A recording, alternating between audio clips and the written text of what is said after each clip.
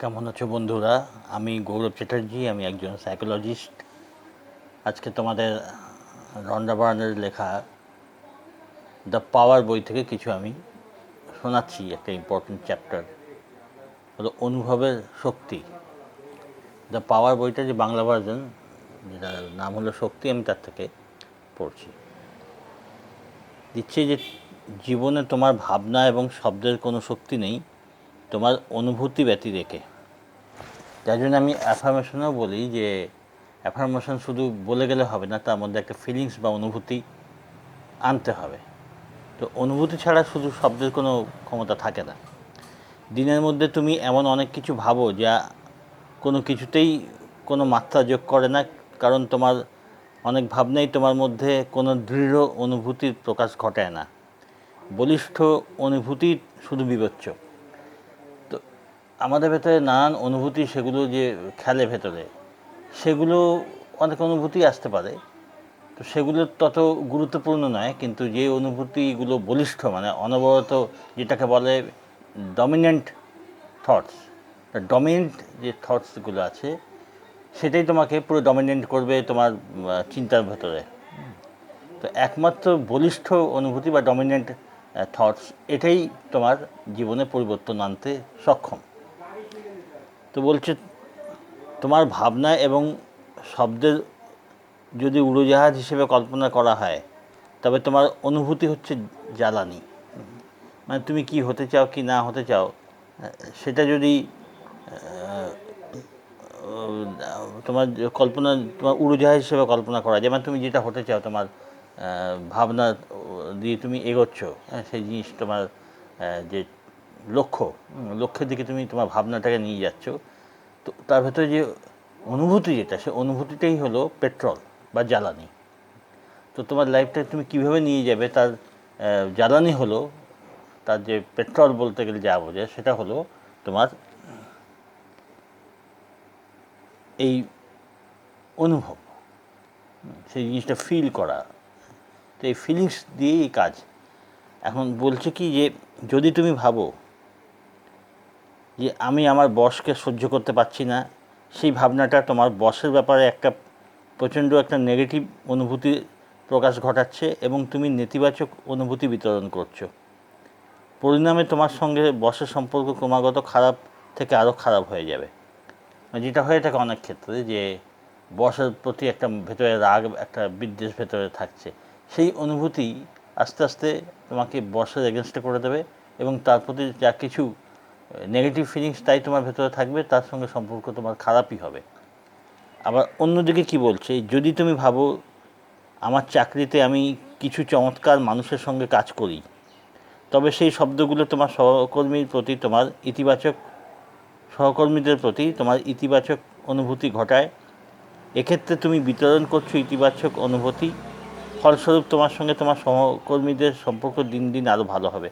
যদি এরকম মনে হয়, যে এরকম যদি ভাবনা আনা হয়, মানে ওই অনুভূতি যদি আনা হয়, অনুভব যদি করা হয়, যে আমার সাথে যে যারা সহকর্মী, যাদের সাথে আমি কাজ করছি, তারা খুব চমৎকার, তাদের সাথে খুব ভালো আন্ডারস্ট্যান্ডিং আছে, এই অনুভূতি যদি থাকে, তো ক্রমশ আস্তে আস্তে তাদের সঙ্গে তোমার সম্পর্ক ভালো হবে। এখানে বলছি যে, আরও বলছে যে যখন তুমি আনন্দ অনুভব করছো, তখন তুমি আনন্দ দান করছো, এবং যেখানেই যাবে ফিরে পাবে আনন্দ ঘন অভিজ্ঞতা, আনন্দময় পরিবেশ এবং আনন্দিত মানুষজনকে। সে রেডিওতে প্রিয় গান শোনার মতো ছোট অভিজ্ঞতাই হোক, বা মাইনে বাড়ার মতো ব্যাপক অভিজ্ঞতাই, তুমি যখন আনন্দ বিতরণ করছো, লোকের ভেতরে আনন্দ দিচ্ছ, তখন তুমি ওই জাতীয় অভিজ্ঞতাই ফিরে পাবে। সে ছোটোখাটো ব্যাপারও হতে পারে, বা ভালো ব্যাপারও হতে পারে। তোমার অভিজ্ঞতার মতো পরিস্থিতি আসলে আকর্ষণের সূত্র অনুযায়ী হচ্ছে। মানে আমি যদি ভালো জিনিস নিয়ে থাকি, ভালো জিনিস লোককে দিচ্ছি, মানে ভালো মনোভাব দিচ্ছি লোককে, ভালো অনুভূতি ভেতরে আনছি, তাহলে লাইফে ভালোগুলো যেগুলো আসছে, সেগুলো ল অফ অ্যাট্রাকশনের সূত্র অনুযায়ী আসছে। তো বলছি যে যখন তুমি বিরক্তি অনুভব করছো, তখন তুমিও বিরক্তি বিতরণ করছো। সেক্ষেত্রে তুমি যেখানেই যাবে ফিরে পাবে বিরক্তিকর অভিজ্ঞতায়, অস্থির পরিস্থিতি এবং অসহনীয় মানুষজন। এবার সেটা মশা কামড়ানোর মতো ছোট অভিজ্ঞতার থেকে শুরু করে গাড়ির ব্রেকডাউন হয়ে যাওয়ার মতো বড় ধরনের অভিজ্ঞতাও হতে পারে। এই অভিজ্ঞতাগুলো আকর্ষণের নিয়ম অনুযায়ী হচ্ছে তোমার বিরক্তি বিতরণ করার উত্তর। মানে তুমি যখন বিরক্তি বিতরণ করছো তখন বিরক্তিকর পরিস্থিতি তোমার কাছে আসছে, যখন ভালো অনুভূতি ভেতরে আনছো সেটাই তুমি তখন বাইরে দিচ্ছ ভালো অনুভূতি, তখন তুমি ভালো অনুভব করার মতো আরও অনুভূতি আকর্ষণ করছো। আচ্ছা, তারপরে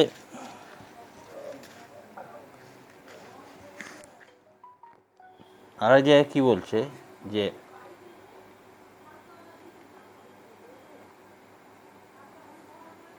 এখানে দিচ্ছে নেভেল গোডার্ডের একটা উক্তি। নেভেল গোডার্ড সম্বন্ধে আমি আগে বলেছি, পরে আরও বলার ইচ্ছে রইল। বলছে তোমার মনের ভাব সম্পর্কে সজাগ থাকো, কারণ তোমার অনুভূতির সঙ্গে দৃশ্যমান জগতের অবিচ্ছেদ্য সংযোগ রয়েছে।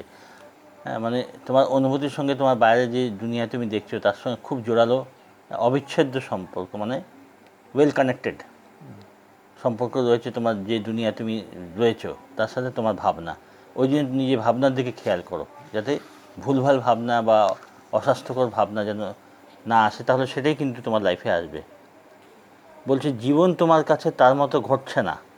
এখানে এগুলো রন্ডা বারানের নিজস্ব উক্তি, যে জীবন তোমার কাছে তার মতো ঘটছে না, জীবন তোমাকে সাড়া দিচ্ছে। তুমি যা আহ্বান করছো জীবন তারই সাড়া দিচ্ছে। জীবনের প্রতিটি ক্ষেত্রেই এটা সত্যি। তুমি তোমার জীবন গড়ার কারিগর, তোমার জীবনের গল্পের লেখক তুমি, তোমার জীবনের চলচ্চিত্রের তুমি পরিচালক। তুমি যা দিয়েছো তার ভিত্তিতেই ঠিক হয় তোমার জীবন কেমন হবে। বলছে যে জীবন জাস্ট নিজের মতো যে হয়ে চলেছে সেরকম নয়, কিন্তু জীবনটা কি না তোমার ভেতরে যে অনুভূতি তার সাড়া দিচ্ছে জীবন। মানে জীবনে যা কিছু ঘটছে, জীবনে তোমার সামনে যা কিছু আসছে, যা কিছু ঘটছে, সেটা তোমার অনুভূতিকেই সাড়া দিয়ে সেগুলো আসছে। তুমি যেমন অনুভূতি করছো জীবন তোমার সামনে সেরকমভাবেই কিন্তু আসছে। এই না যে জীবন জাস্ট নিজের মতো জীবন কেটে যাচ্ছে, জীবন হয়ে যাচ্ছে, তা না। তোমার অনুভূতিকেই রিফ্লেক্ট করছে জীবন বাইরের দুনিয়াতে। ওই জন্যে কী বলা হচ্ছে যে যদি নিজের লাইফটাকে ভালো বা তোমার মন মতো করতে হয় তাহলে সেই রকমভাবে তোমাকে চিন্তা করতে হবে, সেরকম অনুভূতি আনতে হবে। আর ডমিনেন্ট থটস মানে জোরালো অনুভূতি, হ্যাঁ, লাইফ সম্বন্ধে, নিজের স্ট্যাটাস সম্বন্ধে, নিজের টাকা পয়সা সম্বন্ধে, নিজের ব্যক্তিত্ব সম্বন্ধে ওরকম জোরালোভাবে ওরকম অনুভূতি, যার জন্য অনেকগুলো টেকনিক, অনেক কিছু প্রসেস বলা হয়, সেগুলো প্র্যাকটিস করার কী জন্য না ওই থটসগুলো প্রমিনেন্ট করার জন্যে, জোরালো করার জন্যে। কারণ এই জোরালো অনুভূতি কিন্তু তোমার লাইফকে সেইভাবে তৈরি করবে, আর সেরকমই তোমরা বাইরের জীবনেও প্রতিফলিত হতে দেখবে।